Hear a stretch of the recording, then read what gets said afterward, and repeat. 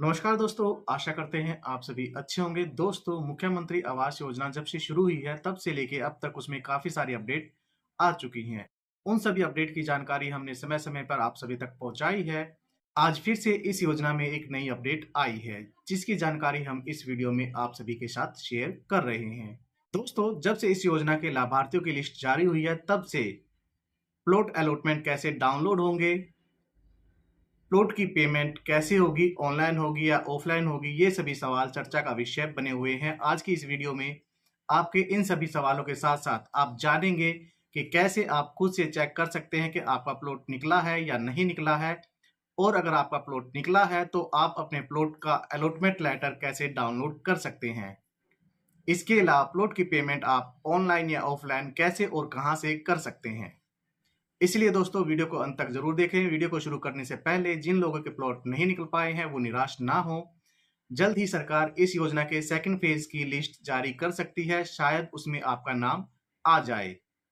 और जिनके प्लॉट निकल गए हैं उन सभी को हमारी तरफ से Congratulations! अब आप इस योजना के अगले चरण में आ चुके हैं। दोस्तों, सबसे पहले जानते हैं कि आप कैसे चेक कर सकते हैं पात्र लाभार्थियों की लिस्ट में आपका नाम है या नहीं, यानी कि आपका प्लॉट निकला है या नहीं। क्योंकि अभी भी काफ़ी लाभार्थी ऐसे हैं जिनको पता ही नहीं है कि उनका प्लॉट निकल गया है। तो दोस्तों, इसके लिए आपको सिंपली HFA यानी कि हाउसिंग फॉर ऑल की ऑफिशियल वेबसाइट पर आना है और पेज को थोड़ा नीचे की तरफ खींचना है। यहाँ आपको नवीनतम समाचार वाले कॉलम के अंदर सभी 14 सिटीज के लाभार्थियों की लिस्ट मिल जाएगी जिनके पहले चरण में प्लॉट निकले हैं। आपको यहां अपनी सिटी वाले लिंक पर क्लिक करना है। क्लिक करते ही आपकी सिटी की लिस्ट यहां पर डाउनलोड हो जाएगी। अब अगर आप यहां पर Ctrl+F दबाते हैं तो यहां पर एक सर्च बार खुल जाता है जिसमें आप अपना एप्लीकेशन नंबर यहां डाल सकते हैं। अगर लिस्ट में आपका नाम शो हुआ जैसा कि यहां पर वीडियो में हो रहा है तो इसका मतलब है कि आपका प्लॉट निकला है। अगर लिस्ट में आपका नाम नहीं है तो इसका मतलब है कि अभी आपका प्लॉट नहीं निकला है। वीडियो में बताए इस तरीके से आप चेक कर पाएंगे कि आपका प्लॉट निकला है या नहीं निकला है। यहाँ जिनका प्लॉट नहीं निकला है उनका एक सवाल आता है कि जो प्लॉट बुकिंग के हमने 10,000 रुपए भरे थे उनका क्या होगा।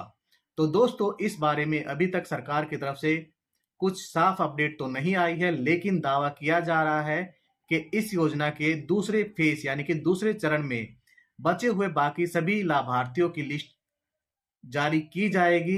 तो हो सकता है कि उस लिस्ट में आपका नाम आ जाए। तो अभी के लिए आपको घबराना नहीं है। जो भी ऑफिशियल अपडेट होगी वो हम आपके साथ शेयर कर देंगे। अब बात करें कि जिनका प्लॉट निकल गया है वो अपने प्लॉट का अलॉटमेंट लेटर कैसे डाउनलोड करें। इसके लिए आपको फिर से HFA की वेबसाइट पर आना है और इस बार आपको मेन्यू बार में दिए गए प्लॉट अलॉटमेंट के लिए भुगतान करे वाले लिंक पर क्लिक करना है। क्लिक करते ही एक नया पेज खुलेगा जिसमें यहां आपको अपना एप्लीकेशन नंबर भरकर लॉगिन वाले ऑप्शन पर क्लिक करना होता है। बाय चांस अगर आपका एप्लीकेशन नंबर आपको याद नहीं है तो आप यहां फॉरगेट एप्लीकेशन नंबर वाले लिंक पर क्लिक करके अपने फैमिली आईडी नंबर के द्वारा भी लॉगिन कर सकते हैं। यहाँ हमारे पास हमारा एप्लीकेशन नंबर है तो हम एप्लीकेशन नंबर से ही लॉगिन कर रहे हैं। लॉगिन पर क्लिक करते ही आपके रजिस्टर्ड मोबाइल नंबर पर 4 डिजिट का एक ओटीपी आ जाएगा। वो ओटीपी यहाँ पर भरकर आपने उसे वैलिडेट कर लेना है। ओटीपी वैलिडेट करते ही आपकी एप्लीकेशन की डिटेल आपके सामने ओपन हो जाएंगी। आपको इस पेज में नीचे की तरफ आना है। यहाँ आपको 3 ऑप्शन देखने को मिलेंगे जिसमें से एक ऑप्शन है डाउनलोड अलॉटमेंट लेटर। इस पर क्लिक करके आप अपने प्लॉट का प्रोविजनल अलॉटमेंट लेटर डाउनलोड कर सकते हैं, जो कि कुछ इस प्रकार से दिखाई देता है। दोस्तों, यहाँ काफी लाभार्थियों के पास केवल पेमेंट डिटेल ही शो हो रही थी, डाउनलोड लिंक उनको नहीं शो हो रहा था। अगर आपके साथ भी ऐसा हुआ था तो वो साइट की टेक्निकल प्रॉब्लम थी जिस वजह से आपका अलॉटमेंट लेटर डाउनलोड नहीं हो पा रहा था, क्योंकि साइट पर कुछ अपडेशन का कार्य चल रहा था। लेकिन अब वो कार्य पूरा हो चुका है, अब साइट अच्छी चल रही है। तो आप वीडियो में बताए गए स्टेप्स को फॉलो करके आसानी से अपना प्लॉट अलॉटमेंट लेटर डाउनलोड कर सकते हैं। दोस्तों, इस प्लॉट अलॉटमेंट लेटर पर योजना के कुल 10 नियम व शर्तें हैं। जिनमें से दूसरे ही नियम में आपको प्लॉट अलॉटमेंट लेटर जारी होने के 30 दिन के अंदर आपको 10,000 रुपए और आने वाले 6 महीनों में 80,000 रुपए 6 बराबर किश्तों में पे करने के लिए कहा गया है। अब बहुत से लोगों के सवाल आ रहे थे कि ये वाली पेमेंट कहाँ और कैसे होगी। तो दोस्तों इसके लिए हम फिर से अपनी एप्लीकेशन डिटेल्स के अंदर आ जाते हैं। यहाँ आपको पहले की तरह ऑनलाइन और ऑफलाइन दोनों माध्यमों से पेमेंट करने का ऑप्शन दिया गया है। अगर आप ऑनलाइन पेमेंट करना चाहते हैं तो आपको पे ऑनलाइन वाले ऑप्शन पर क्लिक करना है। आपके सामने पेमेंट गेटवे ओपन हो जाएगा, जिसमें आप पहले के ही तरह debit card, credit card, net banking और यूपीआई के माध्यम से पेमेंट कर सकते हैं और आपकी पेमेंट की जो रिसिप्ट है या स्लिप है वो आपको बाय हैंड यहाँ से प्राप्त हो जाएगी। इसी प्रकार से अगर आपको ऑफलाइन पेमेंट करनी है तो आपको पे ऑफलाइन वाले क्लिक पर क्लिक करना होगा। जैसे ही आप इस पे क्लिक करेंगे आपका एक चालान जनरेट हो जाएगा, जिसे आप किसी भी नजदीकी बैंक में जाकर नगद पेमेंट करके जमा करा सकते हैं। यहाँ आपकी पेमेंट स्लिप पेमेंट वैलिडेट होने के कुछ समय बाद ही डाउनलोड होती है। वैसे तो दोस्तों दोनों ही पेमेंट मोड सेफ हैं, आप दोनों में से किसी भी पेमेंट मोड में पेमेंट कर सकते हैं, लेकिन हम सजेस्ट करेंगे कि अगर संभव हो तो आप ये पेमेंट ऑनलाइन ही करवाएं, क्योंकि पिछली बार जिन्होंने ऑफलाइन पेमेंट कराई थी उनकी पेमेंट स्लिप जनरेट होने में काफी समय लग रहा था, जिस वजह से उन लाभार्थियों को काफी परेशानी का सामना करना पड़ा था। तो चलिए दोस्तों अब बात करते हैं प्लॉट अलॉटमेंट लेटर के सभी नियम व शर्तों के बारे में। नंबर 1, यह ट्रिपल पी सिस्टम यानी कि परिवार पहचान पत्र द्वारा सत्यापित प्रोविजनल आवंटन पत्र वैध है। यानी कि ये जो आपका प्रोविजनल अलॉटमेंट लेटर है ये फैमिली आईडी से पहले से ही वेरीफाइड है। इस लेटर पर किसी भी अधिकारी के स्टैंप या सिग्नेचर की आवश्यकता नहीं है। नंबर 2, प्रोविजनल आवंटन पत्र प्राप्त होने के 30 दिन के भीतर 10,000 रुपए तथा शेष 80,000 रुपए की राशि 6 बराबर किस्तों में 6 महीनों के अंदर जमा करानी होगी। कुछ लोग यहाँ पर सोचेंगे कि यहाँ पर लिखा है कि जिस भी दिन हम ये अलॉटमेंट लेटर डाउनलोड कराएंगे उससे आगे 30 दिन की यहाँ पर बात की जा रही है, तो ऐसा नहीं है। तो यहाँ हम आपको क्लियर कर दे, गवर्नमेंट की तरफ से इन 30 दिन का मतलब है 28 जून से लेकर 28 जुलाई तक का समय। आपको 28 जून से लेके 28 जुलाई तक ये पेमेंट जरूर पे करनी है। अगर आप किसी वजह से ये पेमेंट नहीं करा पाएंगे तो आप इस योजना से डिस्क्वालीफाई माने जा सकते हैं। इसके अलावा आने वाले समय में आपको गवर्नमेंट की तरफ से अपडेट जारी कर दी जाएगी कि बचे हुए 80,000 रुपए की पेमेंट आपको कब करनी है। ये 80,000 रुपए की पेमेंट आपको 6 किस्तों में करनी है। तो इसका सीधा सीधा मतलब यही है कि आपकी अगली जो किस्त आएगी वो लगभग आपकी 13,333 रुपए के अराउंड होगी, यानी कि लगभग 13,500 रुपए मंथली आपको 6 महीने तक पेमेंट करनी होगी इस 10,000 रुपए वाली पेमेंट के बाद। नंबर 3, लाभार्थी को आवंटन पत्र जारी होने की तिथि से 12 मास के अंदर अंदर आवासीय इकाई का निर्माण शुरू करना होगा और 24 महीने के अंदर निर्माण पूरा करना होगा। तो दोस्तों यहाँ पर आपको साफ साफ बोल दिया गया है कि आपको 12 महीने यानी कि 1 साल के अंदर अपने मकान का निर्माण शुरू कर देना है और 24 महीने यानी कि 2 साल के अंदर आपके भवन निर्माण का कार्य पूरा हो जाना चाहिए। नंबर 4, प्लॉट का उपयोग केवल आवासीय निर्माण हेतु करना होगा। आवंटन की तिथि से 10 वर्षों तक आप इसे पट्टे पर ओब्लिक बेच नहीं सकते हैं।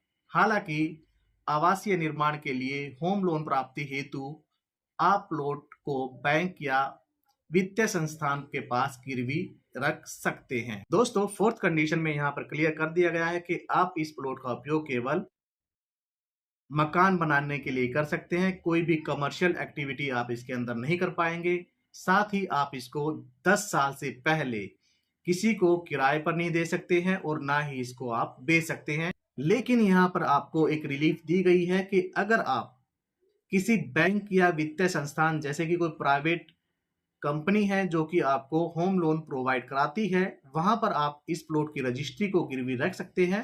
इसके अलावा आप इस प्लॉट की रजिस्ट्री का कोई अन्य उपयोग 10 साल तक नहीं कर पाएंगे। नंबर 5, लाभार्थी आवंटन पत्र जारी होने की तिथि से 3 वर्ष पश्चात सरकारी सब्सिडी को ब्याज सहित हाउसिंग फॉर ऑल विभाग को लौटाकर खुले बाजार में आवासीय इकाई को बेच सकता है। अब दोस्तों यहाँ पे दिक्कत ये है कि पॉइंट नंबर 5 काफी लोगों को समझ में नहीं आ रहा, क्योंकि पॉइंट नंबर 4 में बोला गया कि आप इसे 10 साल तक ना तो बेच सकते हैं, ना ही इसको किराए पर दे सकते हैं। तो 3 साल में आप इस प्लॉट को कैसे बेच पाएंगे। अब दोस्तों यहाँ पर जो नियम नंबर 5 है उसका मेन रीजन ये रहेगा ताकि कोई भी लाभार्थी इस योजना को छोड़कर ना जा पाए, क्योंकि दोस्तों आपने केवल यहाँ पर 1 लाख रुपए पे किए हैं, लेकिन आपको वास्तव में गवर्नमेंट ने कितनी सब्सिडी दी है वो आप नहीं जानते हैं। क्योंकि दोस्तों ये जो प्लॉट आपको मिल रहे हैं ये सभी सेक्टर्स के अंदर मिल रहे हैं। भले ही ये 30 गज के प्लॉट हैं, लेकिन इन प्लॉट की वर्तमान कीमत भी अगर आप देखेंगे तो कम से भी कम एक एक प्लॉट आपका 10 लाख प्लस का है। तो ऐसे में अगर आप मान के चलेंगे कि गवर्नमेंट ने आपको ये प्लॉट केवल 1 लाख रुपए में दिया है, तो गवर्नमेंट ने सीधा सीधा आपको 9 लाख रुपए की सब्सिडी यहाँ पर दी है।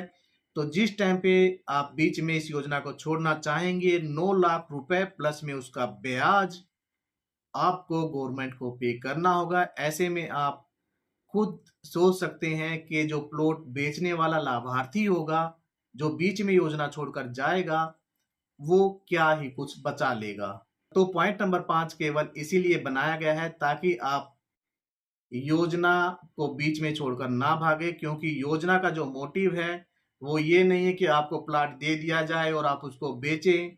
योजना का मोटिव ये है कि आपको प्लाट दिया जाए और आप उसमें अपना घर बसाएं। नियम नंबर 6, लाभार्थी की मृत्यु होने की स्थिति में उसके कानूनी उत्तराधिकारी प्लॉट आवंटन की नियम और शर्तों से बाध्य होंगे। यानी कि अगर बाई चांस कोई लाभार्थी ऐसा है जिसने फॉर्म भरा था लेकिन अभी उसकी मृत्यु हो गई है, या फिर अभी वो जिंदा है लेकिन आने वाले समय में हो सकता है उसकी मृत्यु हो जाए, तो ऐसे में उनके बिहाफ पे जो उनके उत्तराधिकारी होंगे, जो उनके ब्लड रिलेटिव होंगे, जो कि उस प्लाट को यूज करेंगे, वो इस अलॉटमेंट लेटर के नियम और शर्तों को मानने के लिए बाध्य होंगे। वो इन नियम और शर्तों का उल्लंघन नहीं कर पाएंगे। अगर कोई ऐसा करता है तो वो इस योजना के अपात्र घोषित हो जाएंगे।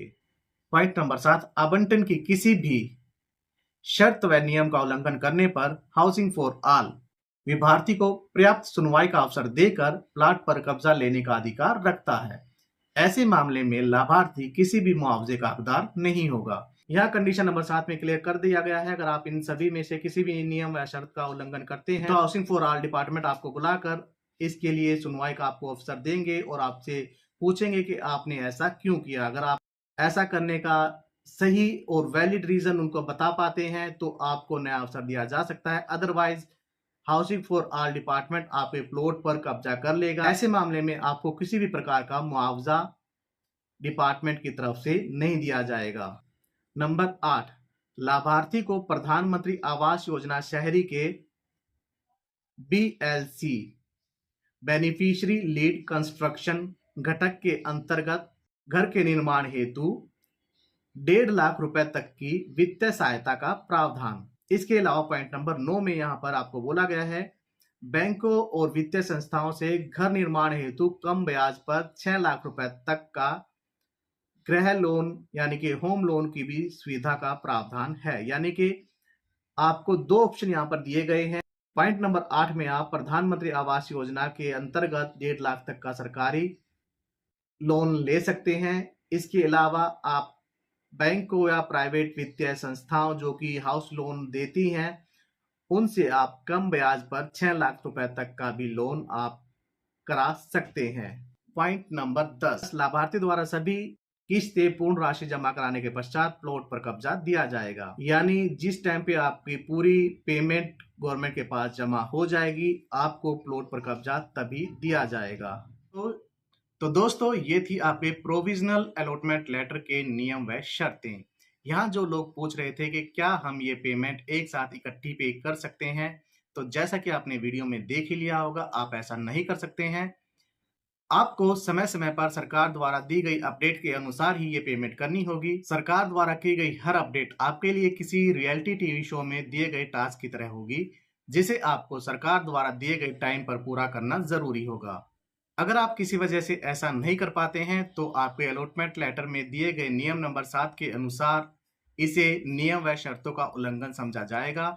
ऐसे में आप अपने आप इस योजना से डिसक्वालीफाइड माने जाएंगे। दोस्तों, इस योजना में ऐसा पहले भी हो चुका है। जैसे कि योजना की शुरुआत में हरियाणा के शहरी क्षेत्र में रहने वाले सभी बीपीएल परिवारों के काफी लोगों ने इस योजना में आवेदन किया था, लेकिन पात्र लाभार्थियों की लिस्ट में केवल उन्हीं लाभार्थियों का नाम आया है जिन्होंने प्लॉट बुकिंग के लिए अपनी पेमेंट जमा करा दी थी। जो लाभार्थी पेमेंट जमा नहीं करा पाए थे वो अपने आप डिस्क्वालीफाई हो गए और वो योजना से बाहर हो गए हैं।